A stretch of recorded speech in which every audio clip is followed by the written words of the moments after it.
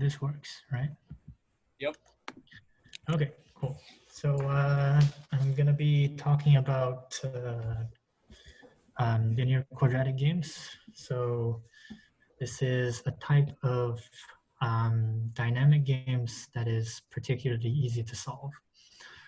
And I chose this topic because I think we're probably going to be covering a lot of different topics later, and with very different focuses.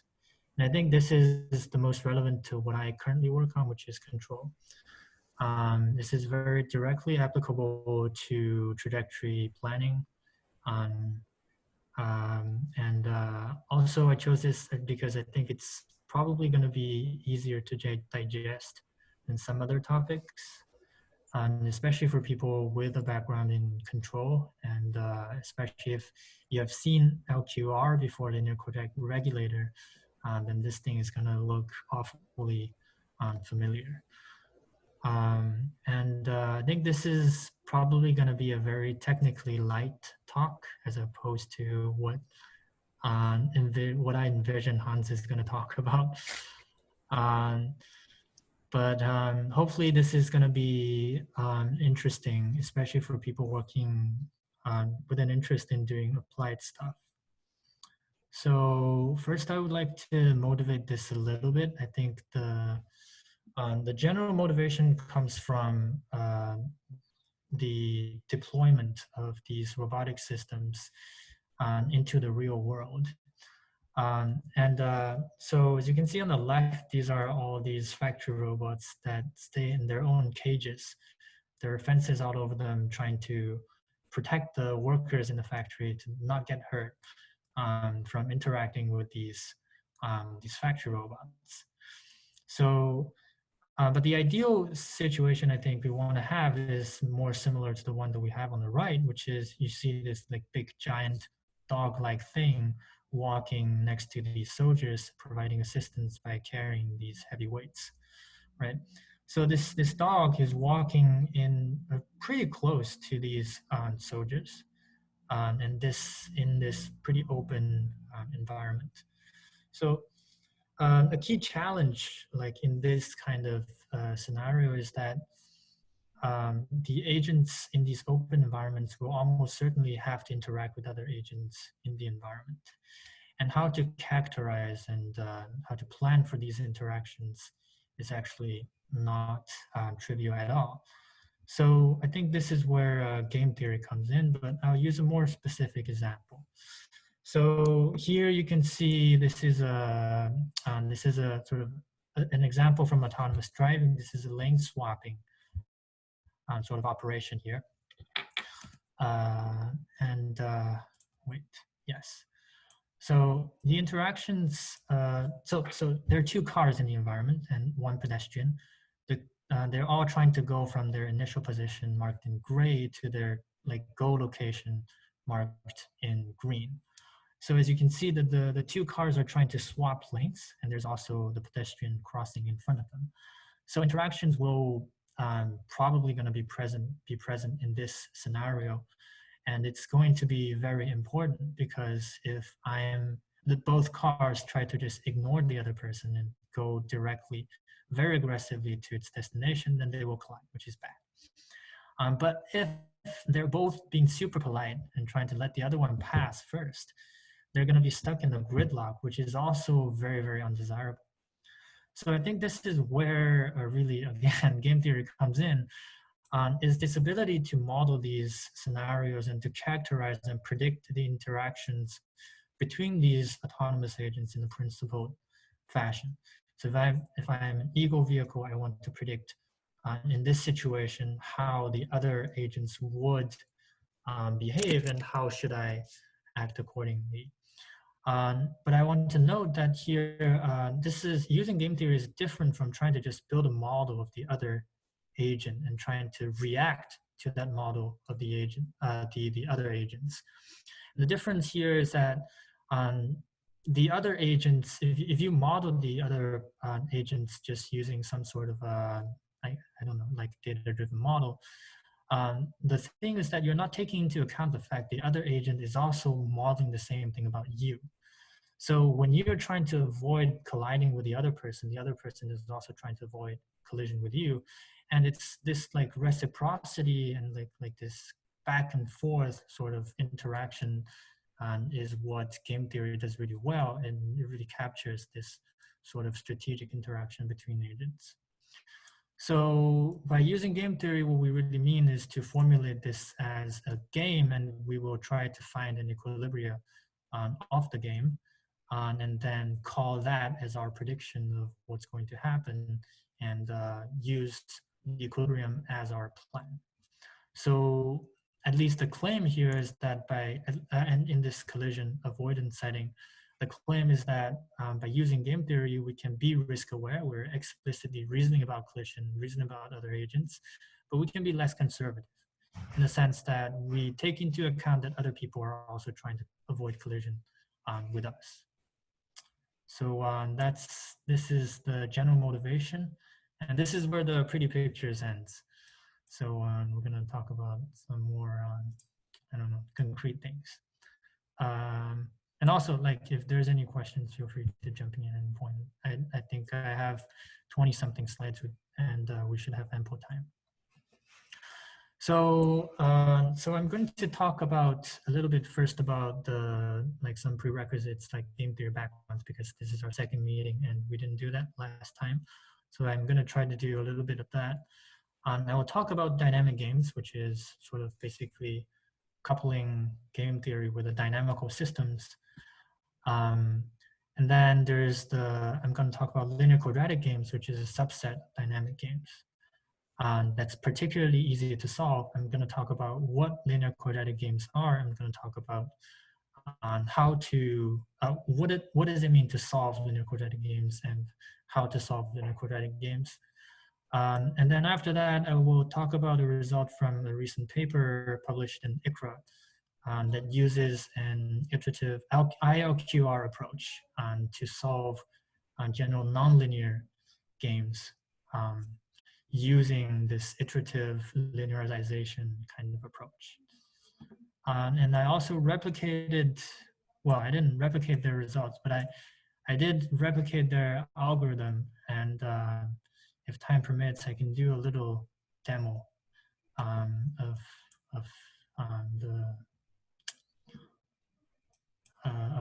this approach. So the first part will be a lot of definitions, and then when we get to linear quadratic games, there'll be some algorithms, and finally some applications. So there will be some pretty pictures at the end, I guess. So I guess this is some game theory background. So just out of curiosity, like, do you guys feel you're comfortable with this? Like, just what a game are, what is a Nash equilibrium in general? If so, I can just maybe just glide through Yeah, I this. think it'd be worth reviewing this, even if most of us have seen these definitions before. Okay. I'd appreciate the review. Yeah, okay, I can do that. So yeah, this is gonna be pretty light anyways. So a normal form game, this is really the bread and butter of game theory. It's the most basic form you can probably get. So this is a sort of a model of a single round of strategic interaction. And canonical examples are Prisoner's Dilemma and rock, paper, scissors, right? And both of these examples, there are two players. They're trying to decide on decide between a small and finite number of strategies. They're trying to make the decision simultaneously. And mathematically, you can write a normal form game as a three-tuple. So it consists of a set of players, a set of a collection of strategy sets that every player can choose from, and also a utility function that sort of characterizes the preferences of the different players. So on the right, shown here is this really canonical example of Prisoner's Dilemma.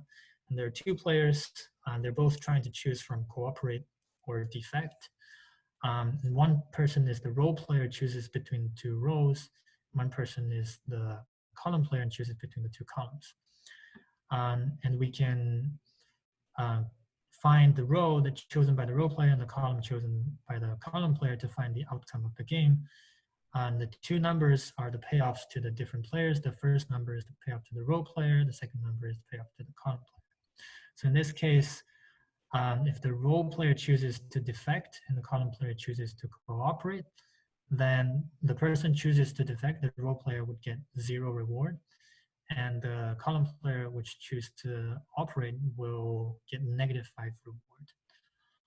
So this is just in general what a game is. It is a model, but how can we, what do we mean when we trying to analyze a game? So most of the times, like when we're analyzing games, we're looking for these various solution concepts.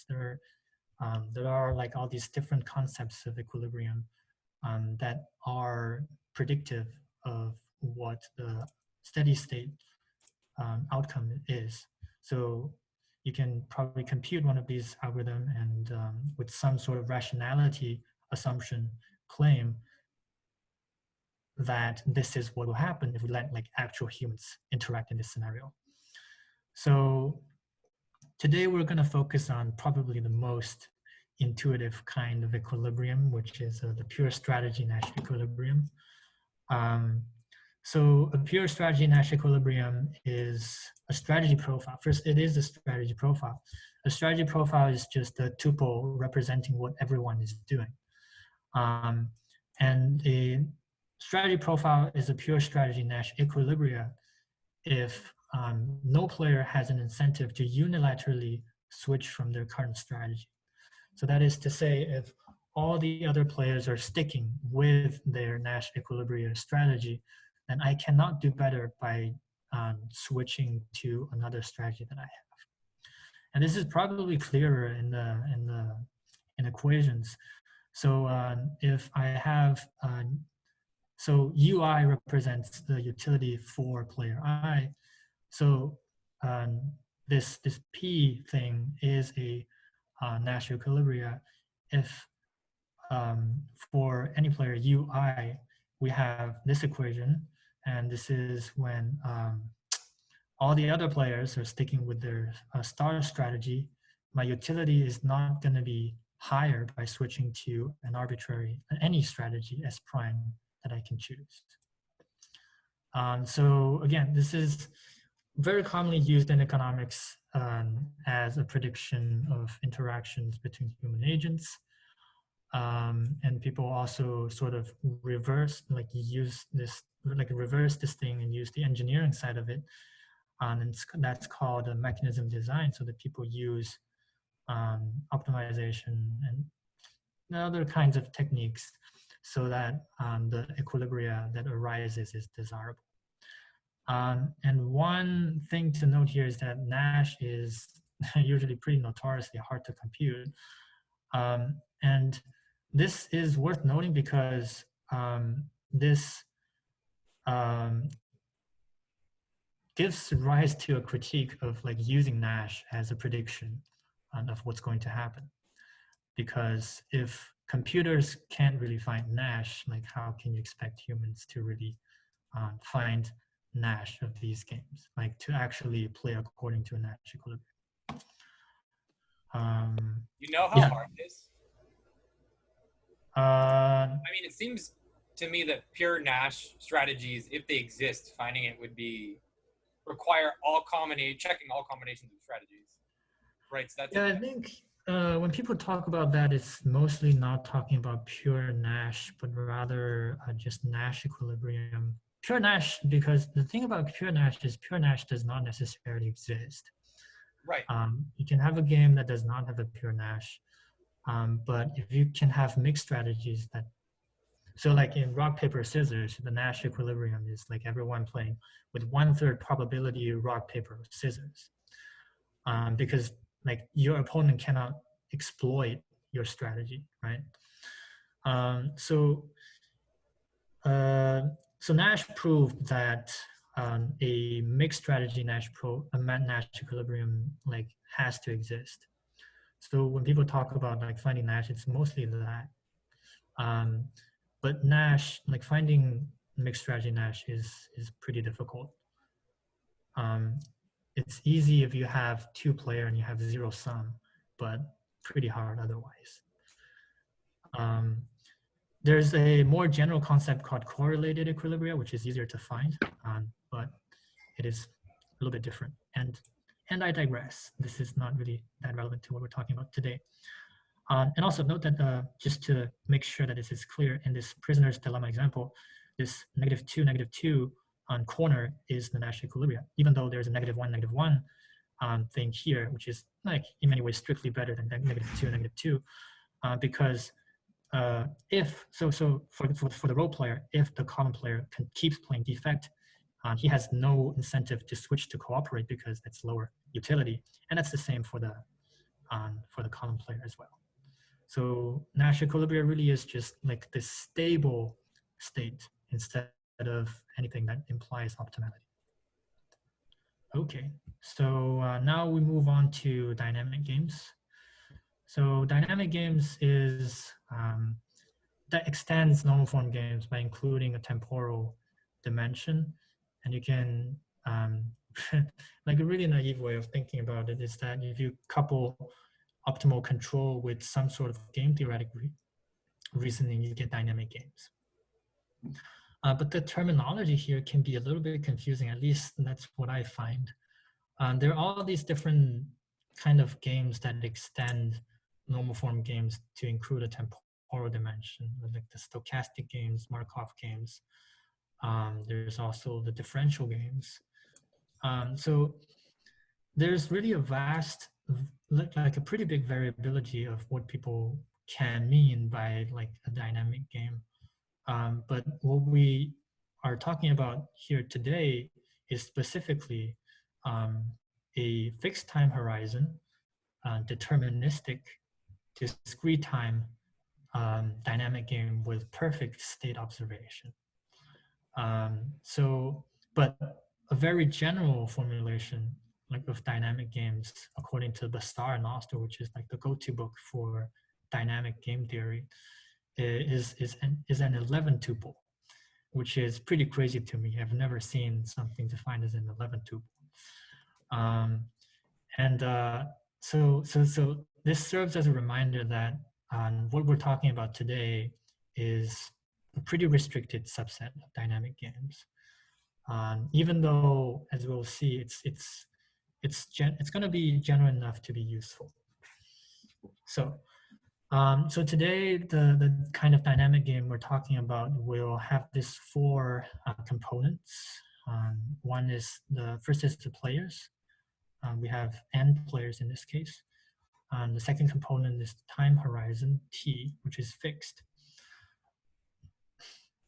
And then thirdly, we have the dynamics function given by, and it's a discrete time dynamics given by this transition function f of t. So this thing is time variant. Okay, we don't really need this t here because I already subscripted the f, I guess. And also a note on the notation. So in general, the superscript here is going to denote the different players. It's going to index the players, and the subscript is going to index the time. We have this dynamics. And one thing to note here is that we have this joint state xt that everybody shares. And then we have these individual control inputs from all the different players, agents in the game. And then we're specifically only going to consider these additive costs, stage additive costs, where at every step, every player accumulates a cost given by this g function that depends on the state and also the control of himself and also other players. And that's summed from x0 to xt. So that's the components of a dynamic game. That's the things things that we need to define this dynamic game, but to make things a little bit easier for defining the solution concepts, we're also going to define this thing called a strategy. So you can think of this strategy as a controller, basically. So it takes in a time and a state and maps to a control input. So you can just think of it as a control input. And strategy, as you can see, it does not depend on time. It does not have this subscript T, because you decide on your strategy pretty much at the beginning of the game. But your strategy, like your controller, is actually time variant. And then we overload the notation a little bit, and say this this should be a superscript. Sorry, this ji of gamma 1, gamma 2, all the way to gamma n is the cost for agent I when all the agents use these controllers gamma 1, gamma 2, and up to gamma n. So is that okay? Is that clear, or any questions here? Okay. I think we had a question about the dynamics. Does everybody have the same dynamics? Yeah, so the dynamics is going to be, the state is joined. So everyone shares the state. So everyone shares the state, and they all can like influence the state, but the state is shared by everyone. Mm-hmm. So I guess they have this. It might be clearer when we talk about linear quadratic games, then it's probably going to be. I think concretely the question is, do they all update the state in the same way? Do they all need to be the same kind of agent, or can they be different types of? Yeah, a car and a truck that move differently. Yeah, I see. So yeah, they can be different. They can have different sort of influence on the state. Yeah. So if that's the question, yes. Yeah. Any other questions? Okay. So can you say more about what sort of cost functions we have? Yeah, so this kind of cost function can be like whatever like form you want, basically. So the overall cost is a sum of the cost accumulated over all the states from t equals to 0 to t equals to t, right? And every step you like incur this cost captured by this gi function. And also, I think I should note that, like in the spirit of the last question, like all the different agents can have completely different GIs. They might have totally different preferences. But what's the same is that like their costs are all going to be like additive. Like it's a sum of across all these states. These states, these time steps. So every agent knows every other agent's cost function. Yeah, I think yes. So I think every agent knows other agents' cost function. That's true. This is So like this is also perfect true information. for these games as well, right? Yeah. So as a role player, I know exactly what the column players are getting as well. Cool. Presumably, you also know all of their other possible strategies too. Sorry? As part of the problem definition, all of agents know the possible other strategies of the other agents. Yes, I think that is true. Well, here the possible strategies are just vectors in some Euclidean space. But I guess you suppose you could restrict this R to the MI to some, for example, convex subset some topological structure to these. I mean, yeah, but I think the information is going to be shared by all the agents. That's a good point. Yes. Any other comments? So is this additive decomposition of the cost function fundamental, or what if you had some sort of like discount on like, so you cared more about the current cost than the future costs? Yeah, so I think discount is, I mean, discount still seems relatively additive. So I think in the case of LQ games, as we'll see, you're basically doing value iteration. And I think discount shouldn't be too much of a problem.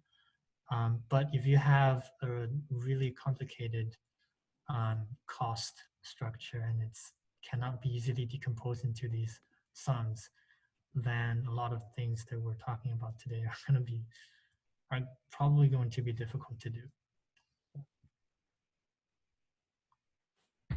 Yeah, that's a good point. Okay, any other questions? Okay, so we covered this slide. Yes. Okay, so so now we can define the Nash equilibria for these dynamic games, and it's defined in a very similar fashion to these to that of the normal form games we saw just a moment ago. So this is basically saying that for every agent, which I guess did I include? I did. So for every agent, the agent cannot do better by switching to another strategy if all the other players are playing the equilibrium strategy, right? So this should be relatively similar and intuitive. The only thing that's different from, like, I guess the previous definition is that the direction of the inequality is flipped, because now we're talking about the cost instead of utility. And also one thing to note is that depending on what we mean by this gamma, so I guess, yeah, I should be clearer here. This definition of gamma, this gamma I'm mapping from the Cartesian product of the T and Rn, which is the state space to control, is actually a very, very specific definition. The more general definition of gamma is that it maps from some sort of information space, like how much you know about the game, to your control, and that information space can be only the starting states x0, or it can be some sort of observation of xt, and these are all possible. So depending on what these gammas are, there are different solution concepts that arise from the same definition here. So we can have an open loop Nash equilibria if gamma only depends on x0 and your gamma is a constant function. Or, well, gamma is, yeah. Or if you have like perfect state observation, you have this feedback Nash equilibria. So now I'll talk about linear quadratic games. This is going to follow pretty straightforwardly from the definition of dynamic games. So linear quadratic games is dynamic games where the dynamics is linear and the cost structure is quadratic. So this I just stole from Bassar and Ulster. And as you can see, the dynamics is linear in both the state and in the control for all the players. And all the players' influences on the game are summed up to this like overall control term. And there can also be an affine term here, the constant term here, and we can get an affine quadratic type game, but today we're going to focus on linear quadratic game. And there are also people, but that's for the cost. And for the cost, we have this quadratic cost, this quadratic form for both the state and these controls. So one thing to note here, this Rij is how much like the player R cares about the control of player J. So this is still a quadratic form. This is still a square matrix. It's a quadratic form of like U, JK, and Rij, right? And similar to an LQR problem, we are going to restrict RIIK to be positive definite. And RIIK is basically how much you care about your own control input. And saying that RIIK is positive definite means that unless you use zero control, otherwise you're going to incur some sort of control cost because you want to minimize your control. But what really happens is that you will need Q and Rij to be also positive semi-definite for this thing to admit a unique feedback Nash equilibrium. Any questions here? This is quite a bit to unpack.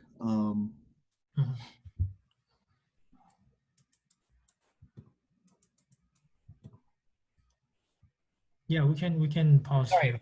what is Q again? Yeah, Q is a state cost. So SK transpose Q XK is how much it is I guess a non-negative number of your preference that characterizes your preferences of the state. Is this like the utility? Yeah, so GIK is this added like running cost at every. Okay, so there's some substructure in addition to just like final outcome. Yes. So here we're restricting F and K to be like these specific forms.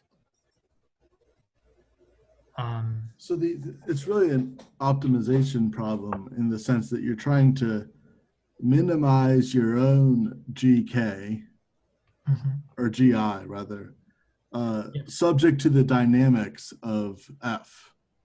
Subject to that, yeah. So this is very similar to optimal control, right? Like if there's only one player, then this just reduces to an LQR problem where exactly as you said, you want to minimize this. You don't minimize GK, you minimize the sum of GK subject to the dynamics constraint F. Yeah. So you minimize the sum over all I. No, okay. Yeah, so the player I only cares about his own cost. So he will only be trying to minimize GI of the sum of GI of K. Oh, okay. Yeah. Oh, so Samya had a question about the difference between this game theoretic perspective and the optimal control perspective. Like, can you clarify, like, what's the difference? Yeah. The difference, I guess, so this definitely looks very similar, but I guess the difference here is that you don't have control over what the other agents are doing. I think in general, in the case of optimal control, you try to find the optimal thing to do to minimize the system's cost. But here, you can only influence the system partially because other players are also trying to influence the system. And you don't have control over what the other players are doing. They're doing whatever works best for them. So I think that's the main difference here. That's great. Yeah, cool. Thanks. Cool. Can the Q matrix just be identity? Right? Does that produce meaningful results? Sorry? Can the Q matrix, the PSD matrix, can that just be the identity matrix? It can. Yeah, I mean, if you want, if you say Q is the identity, then, I mean, you can have, Yeah, I mean, if you have Q as identity, you're basically trying to drive the state to zero, right? You're trying to drive the entire state to zero, not like just some buckets that you can.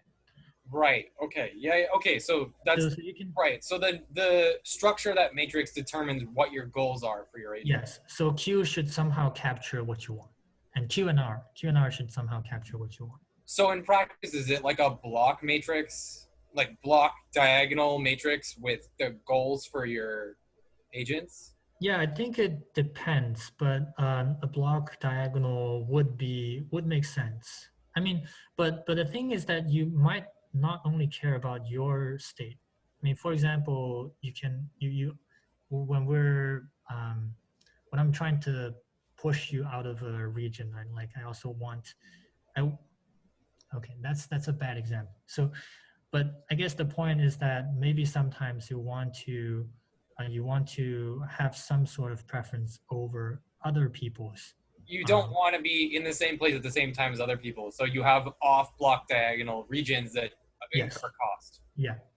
Okay. So this says that you can have a finite cost associated with occupying the same state at the same time.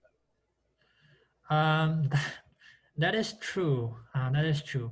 So that's the limitation of linear quadratic games, I think. And it's one limitation of linear quadratic games. But you can, so obviously this can be addressed by using a more complex G function, I think. But then it's not going to be a linear quadratic game. And how do we deal with that is what the paper is going to talk about. Okay. Yeah, any other questions? I think this is like really the key, like the definition of linear quadratic games is what I want to try to get across.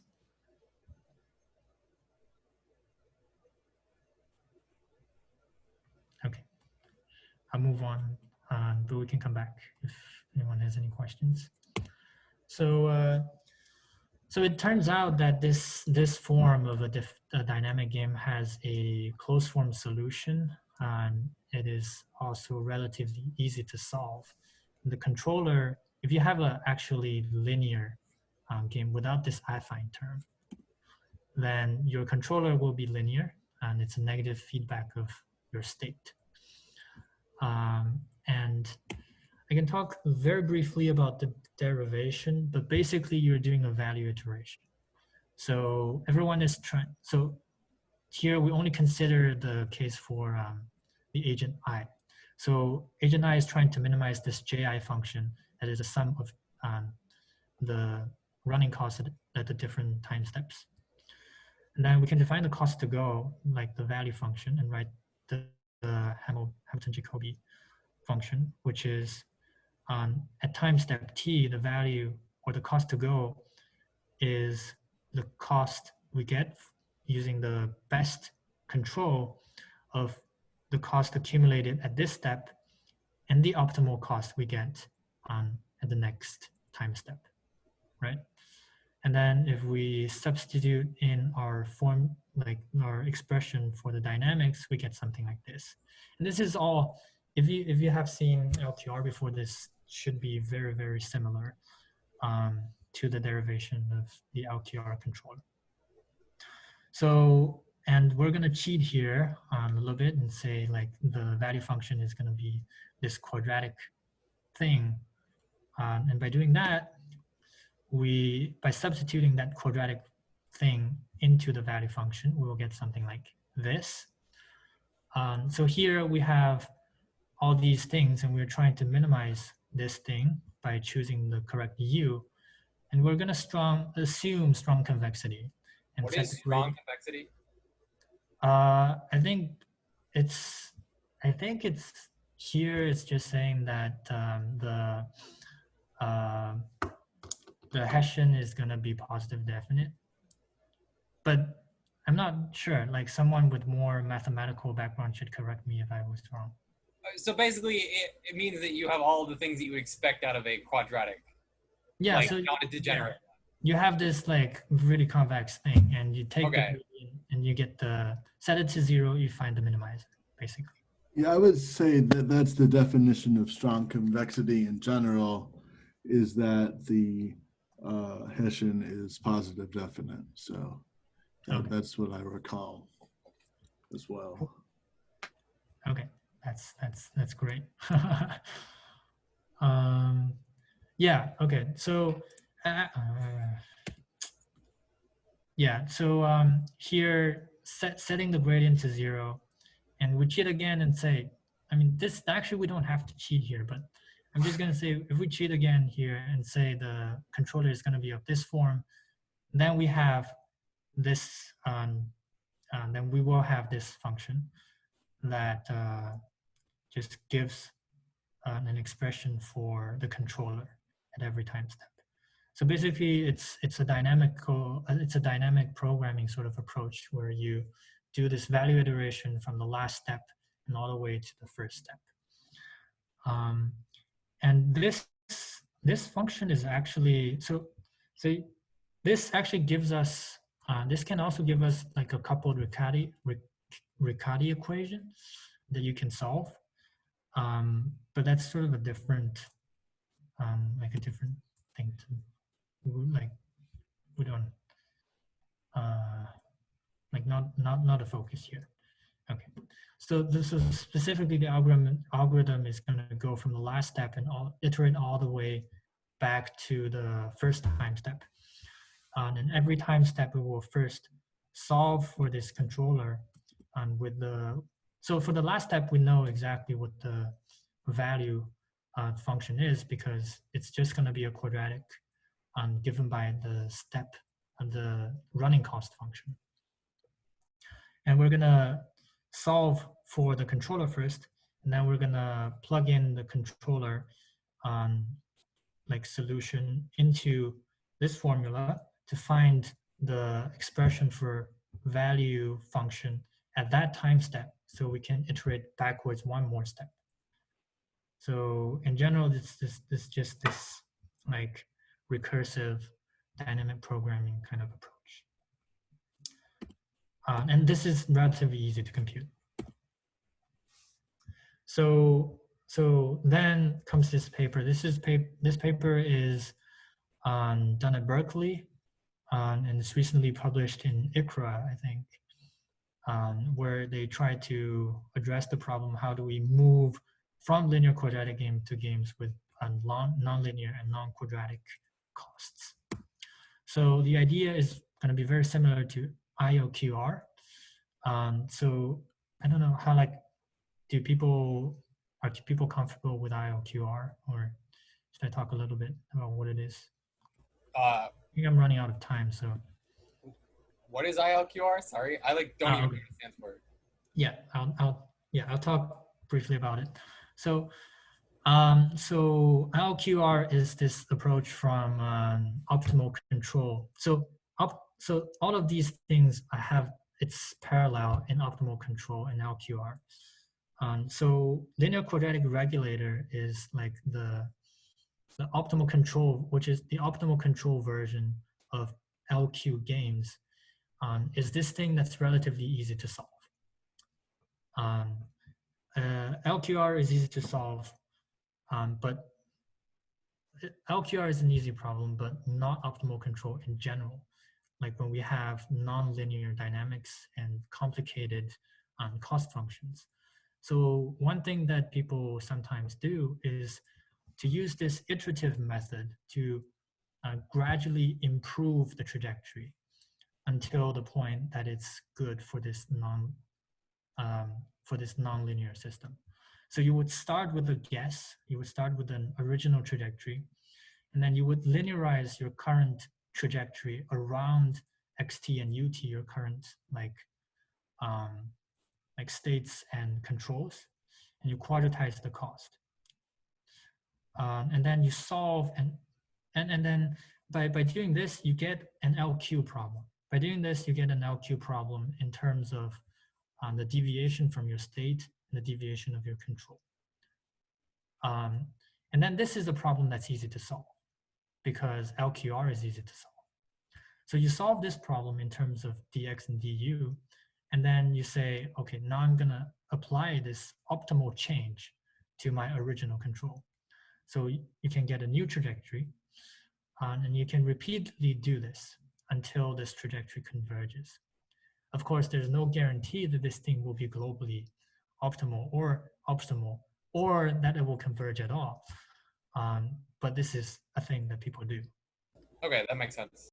Okay, sounds good. So you can do the same thing for LQ game, non-linear games. So you can first like linearize the dynamics, do a first order approximation, and you get the delta x are going to have this linear dynamics, and then you can quadratize the cost, and you get the change in cost is going to be of this quadratic form, and it's going to have these linear terms as well.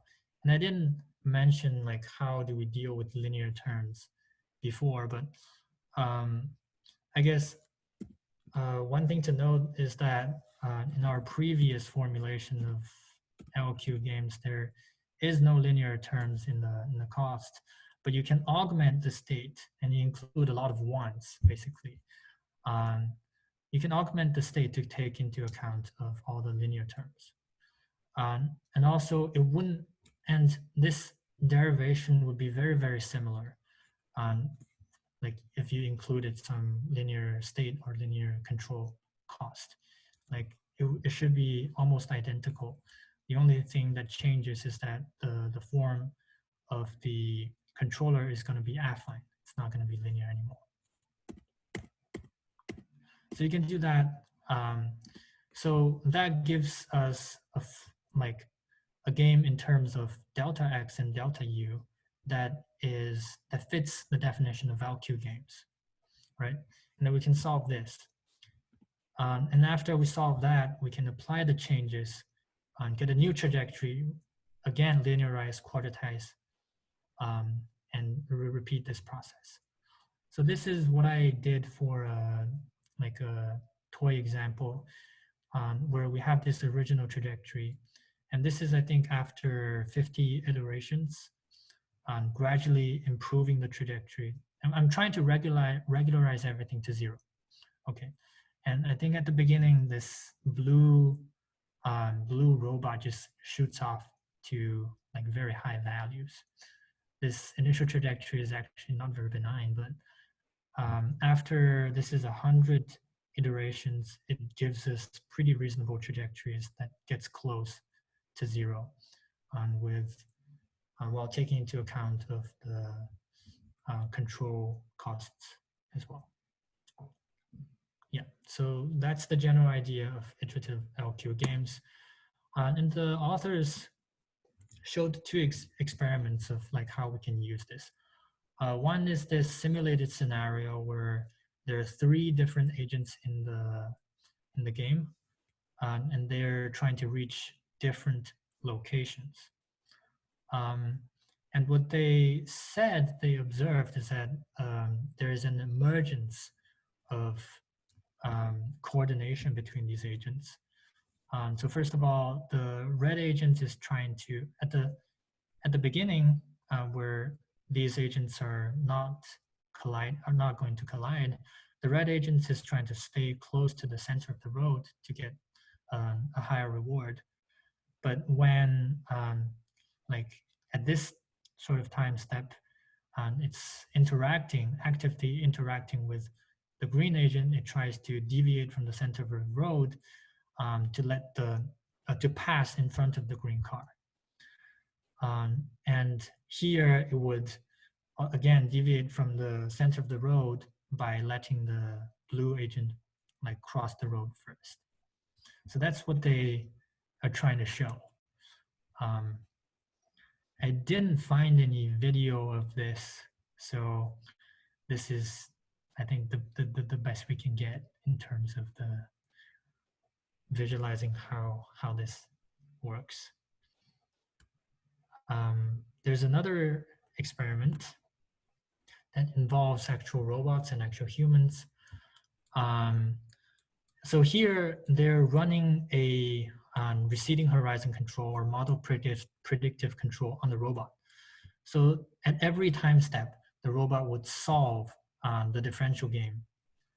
This is a nonlinear differential game with non-quadratic cost. Okay, so at every time step, the robot would run a whole like ILQ game algorithm and get a plan. So the plan would like include some sort of prediction of what the humans would do and also like what it should do, right? And then at every time step, it would update the plan by resolving this ILQ game thing. And they claim that like all the agents reached their destination safely without collision, but I'm not sure like how fast this really is happening. And again, I didn't find any videos, so um, it's hard to get a very clear idea of what's going on here. But any questions about this? So is model predictive control fundamentally running this kind of game?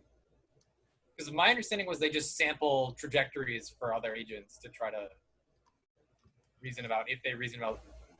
So I think model predictive control is the idea that you sort of solve an open loop problem, but then at every time step, so at every time step, you would resolve an optimal control problem by the new observations that you get.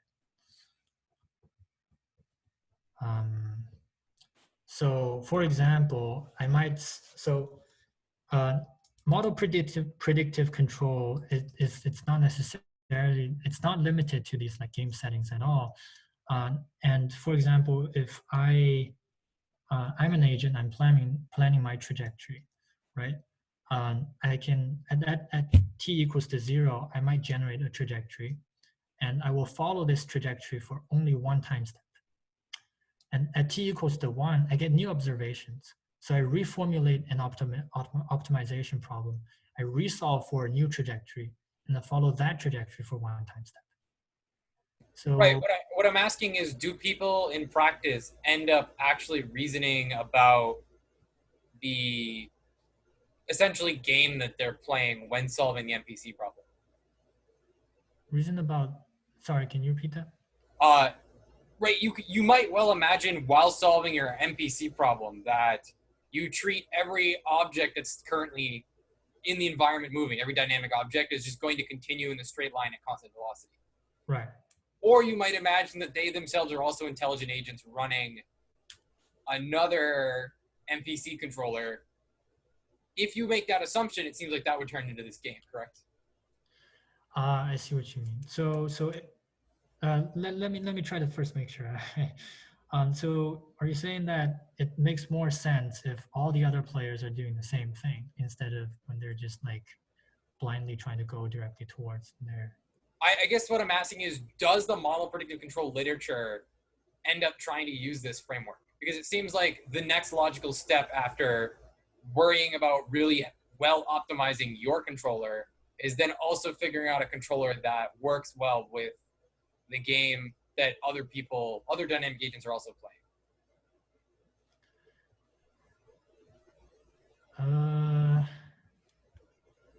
I mean, maybe it's I don't know, but they're just fine. Actually, okay, I'm a little bit confused about the question. We can talk about it offline probably. Sure. Yeah.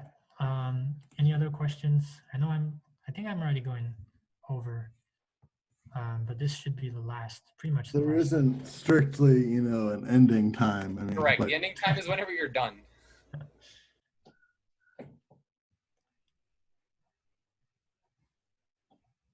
Okay, if there's no other questions, I'm gonna just summarize what we did.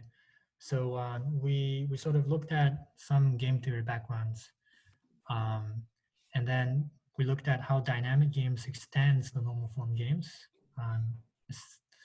and then how linear quadratic game is a subset of dynamic games with linear dynamics and quadratic cost, how it can be pretty easily solved, and then how to use that in an iterative fashion to solve general nonlinear general sum games.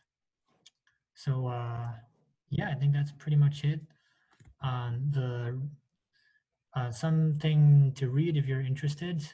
One is, of course, the ILQ games paper. And there's a derivation of the LQ game solution that's done by the first author of this paper, which I found to be pretty easy to follow.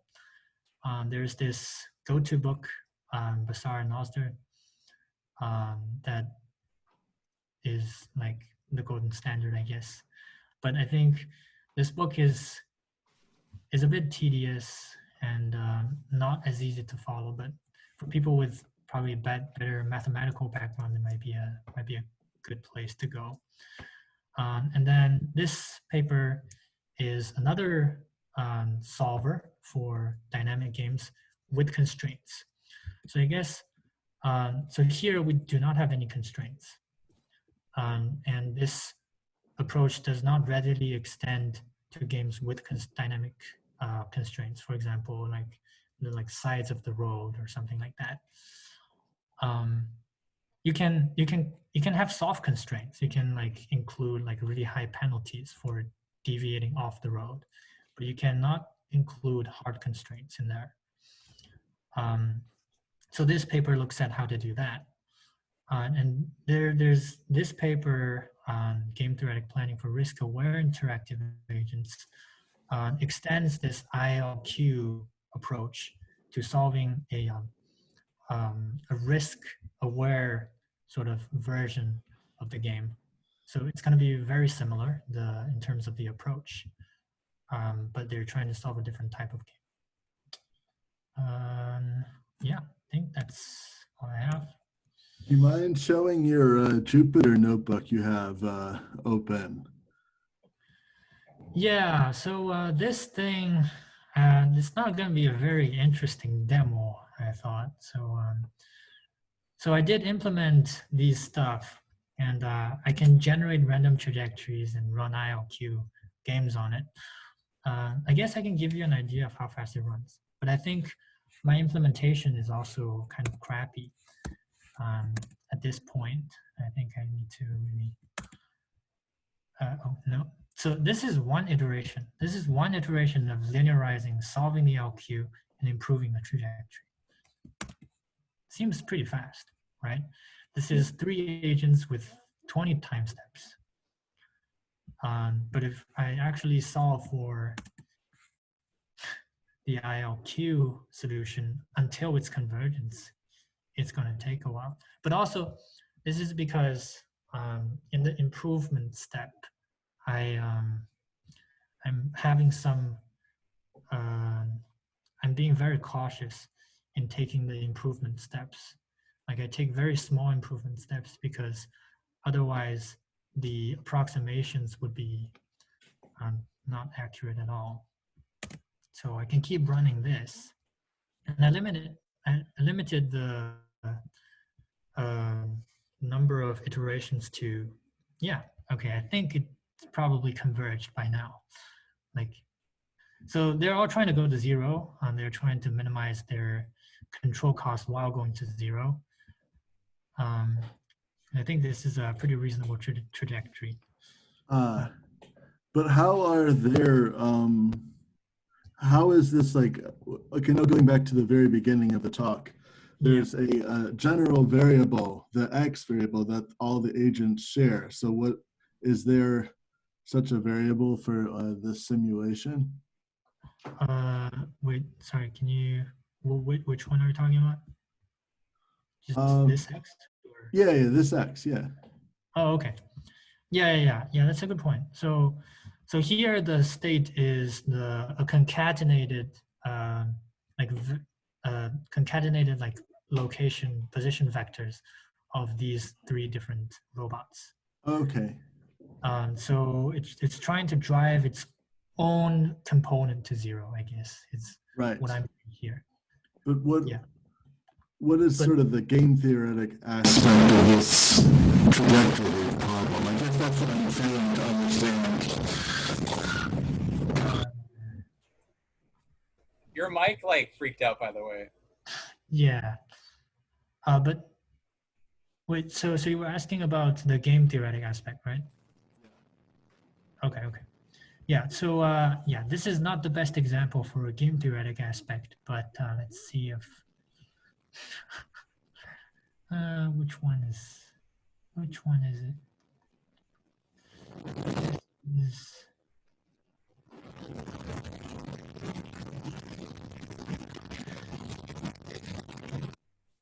mm, yeah, okay. So this one, uh, so there are different things that you can do just to by tuning the Q and R matrices. So this one is where, and also the dynamics.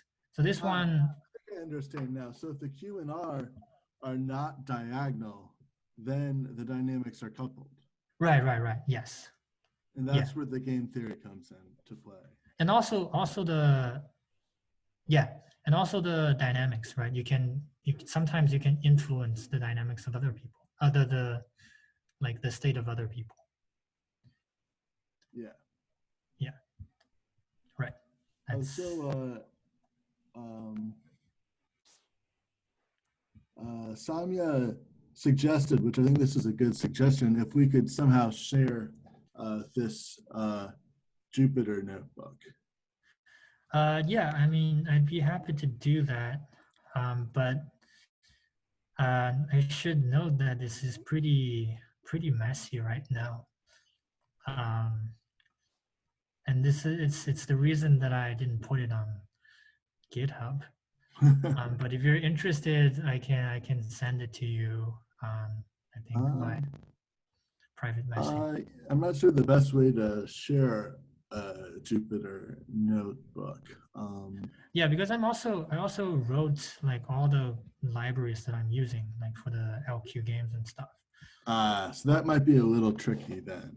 Um, so I think I'll try to sort of clean up all these stuff and hopefully post it on GitHub at some point in the near future. And but if you're interested in like running this and getting a sense of how it runs, feel free to message me. I can like just package everything and send to you.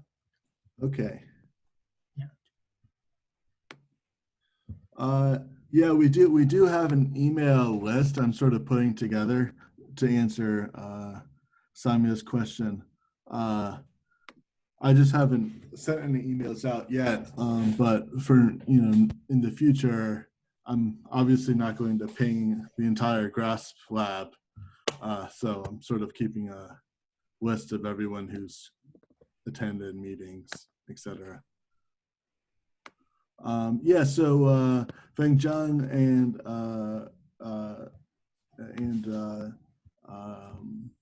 Samya should get in touch and maybe share the Jupyter notebook. Okay. Happy to do that.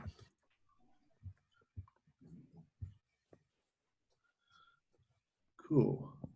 So next week, Alex, do you want to talk next week? Is there something you've been itching to learn about, or some area of expertise you might have that's at least tangentially related to game theory? I don't think I know anything that's even tangentially related. I just kind of came to see what this was all about. Cool. I saw Jack's post in Nick Matney's group. Thanks for coming. Cool. Thanks for giving the talk. That was very good. Yeah, thanks. Okay, well, I guess I can't ask anyone else to talk. Samya, are you going to have like a camera, or I guess you could screen share an audio perhaps for next week? Is that possible?